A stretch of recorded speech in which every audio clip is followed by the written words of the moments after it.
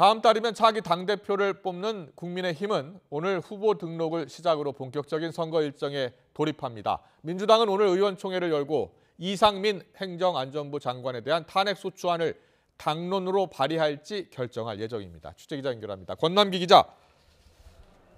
네, 국회입니다. 네, 차기 당대표를 뽑는 전당대회 3월 8일인데요. 자, 국민의힘 오늘부터 후보 등록을 시작을 했습니다. 어떤 당권자들이 후보로 등록했습니까? 네, 국민의힘은 오늘부터 이틀 동안 전당대회 후보 등록을 진행합니다. 김기현, 안철수, 윤상현, 조경태 의원 등은 잇따라 오늘 오전에 후보 등록을 했습니다.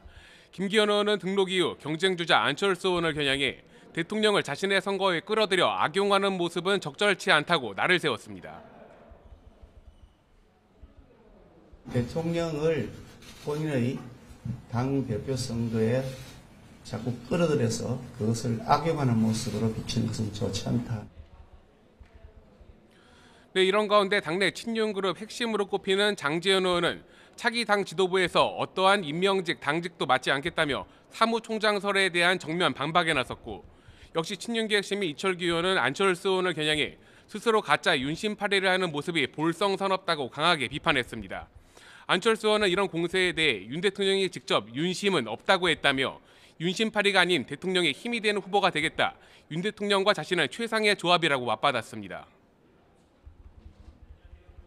함께 시작했었던 그 정권 교체, 그 완성이 바로 내년에 총선 승리라고 생각합니다.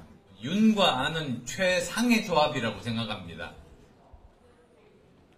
친이준석계로 분류되는 천하람 순천갑 당협위원장은 내일 후보 등록을 할 예정인데, 오늘 아침 라디오에선 김기현, 안철수 두 후보를 겨냥해 날선 비판을 쏟아냈습니다. 내가 유리하다 아무리 얘기해봤자 그렇다고 해서 총선 승리하는 거 아니에요. 단체로 막 연판장 돌리고 하는 거, 이런 것들, 그게 과연 정치입니까? 이번 후보 등록으로 당대표와 함께 지도부를 구성하는 최고위원 주자들의 윤곽도 점차 드러나는 가운데, 컷오프는 당대표 4명, 최고위원은 8명 초과 등 후보자 수에 따라 진행 여부가 결정됩니다. 민주당은 이상민 장관에 대한 탄핵안과 김건희 여사에 대한 특검을 동시에 추진하고 있다고요?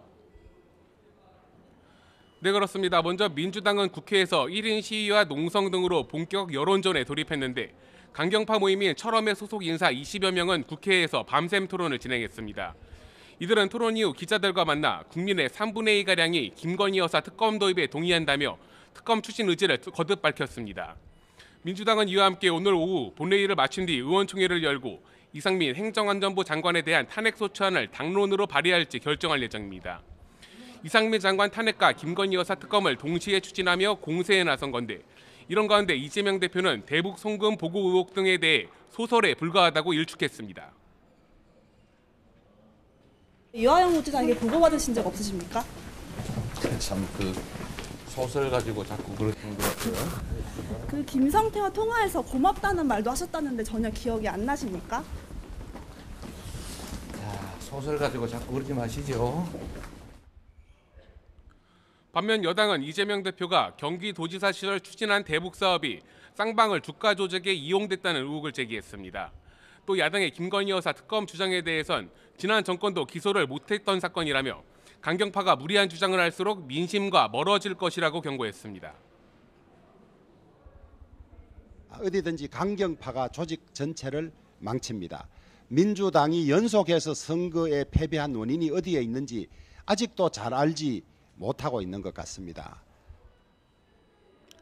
네, 이번 주말 장외투쟁 등 검찰의 이재명 대표 수사에 맞서는 민주당의 행보가 빨라지는 가운데, 여당이 김건희 여사 특검에 정면으로 반발하면서 여야 공방은 앞으로 더욱 거세질 것으로 보입니다.